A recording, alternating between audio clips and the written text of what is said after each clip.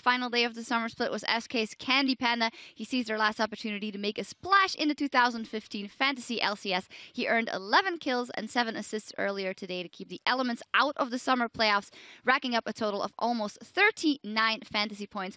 Good on him, Candy Panda. Again, SK Gaming as well, we heard Freddy say, you know, the future we will see a lot of question marks up in the air. But looking at the performances we saw here in Week 9, we've chosen 5 OP pros that gave their all in the final days of the split. And well, honestly, if we look at the split in general and these last 2 days, once again, there is no one else that we could give it to than the members of Fnatic, starting off with Huni today with a fantastic Rise performance, 19 kills, the most in Week 9, and of course, Rainover always there to back him up. Yeah, he actually had 22 assists. That was the most for junglers this week. And then following Rainover, obviously the rock for Fnatic is Febivim. He played super well as well. 11 KDA, highest for the mid laners. Obviously, Fnatic has been dominating. Yeah, and then bot lane as well, Reckless replacing Steelback. Every time he was needed to carry, he showed up. Yellowstar in the end, the captain, the guy who created the team, the shot call, everything. I mean, insane KDA as well. Highest KDA in both EU and NA LCS. Yeah, if you would have told me this week, yeah, Yellowstar will have the highest KDA at 30, I'll give you that on Trundle. On Trundle.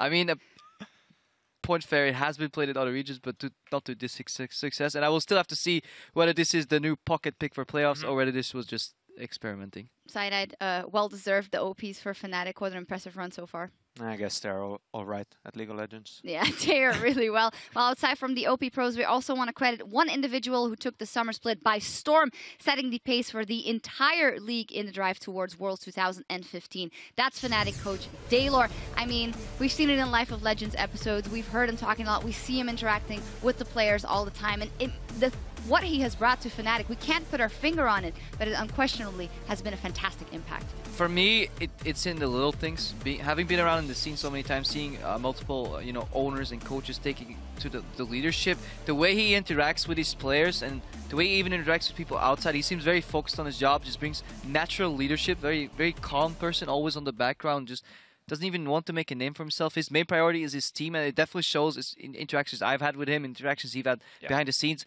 What you see on camera in Life of Legends, that's also not an act. You know, Daylor is involved everywhere, just a fantastic person, and good on Fnatic as an organization for finding him and picking him up, because we always talk about how there are no coaches in League of Legends and we can't find them, and there's this joke that we're recycling all pros over and over, but then somebody with the background actually steps up and does so fantastically with his young and new roster.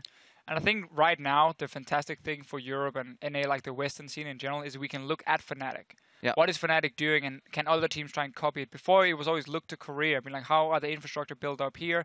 Fnatic found a way that worked for them. They got 2 Koreans, though. They got 2 Koreans. That helps. But hey, look at Fnatic. Look at the setup they have with Oliver as well, the manager for the team. It's just working so well for them. Yeah, dreaming of Worlds already a little bit. We're not there yet, though. The 6 teams here in the European LCS who qualified for playoffs will do battle for the summer #1 European seed and the ever-important pot of championship point up for grabs. Taking a look at our now completed bracket. Well, Fnatic, they are looking pretty good, and a lot of people could say that they would make to the finals. Who do you guys see as the dark horses maybe in that? I mean, so H2K... 3rd place. They've been a top 3 team all split long. They've been a bit of a slump. I think we're going to see them bounce back. Yes. I obviously heavy favorites against Giants. It's hard to count out Unicorns of Love, but I do want to say I almost feel like Rocket has a higher chance of winning that game. And now, don't kill me for that one, but that's just a feeling. I think the next 2 weeks will do a lot for H2K, more than it would for Giants, and as well do more for Rocket than it would for UOL in terms of practicing. So I definitely want to see how these teams come and show up at the playoffs, because hopefully it'll be slightly different than it was today. And also, I wonder how this meta shifts, because whenever people go in the dark for 2 weeks, new picks get made in scrims potentially. You find you then find new counters to those new picks, and then suddenly you get to the Rift and you have teams playing complete different compositions all of a sudden, because they obviously haven't played against each other. What about your boys, OG, in the playoffs? It's going to be a struggle. I think they will make it to the finals against Fnatic, and yeah, that is indeed a struggle to beat unbeatables. But I think if there's any team in Europe that can do it, it will be my boys, as you put it. All right, cool. Well, whatever happens, the action will start on Saturday, August the 8th with a best of 5 between H2K and Giants starting at 5 p.m. Central European Summer Time. That is 8 a.m. Pacific. And while we fill the seats on stage in the summer playoffs, there are still some available to join us and watch the action live in person. For more information, head over to lolesports.com/tickets and come join us and watch those teams go head-to-head. While our bracket is filled out here in Europe, there's still work to be done over in North America. Week 9 gets underway in Los Angeles this Saturday with a clash between Team 8 and Liquid. Dignitas will face Counter Logic Gaming, and Gravity will take on Team Impulse, who are just one game back from first place. Anyone look forward to a specific matchup? Well, we gotta look at Team Solo Mid with everything that's been going on lately. You always are, yeah.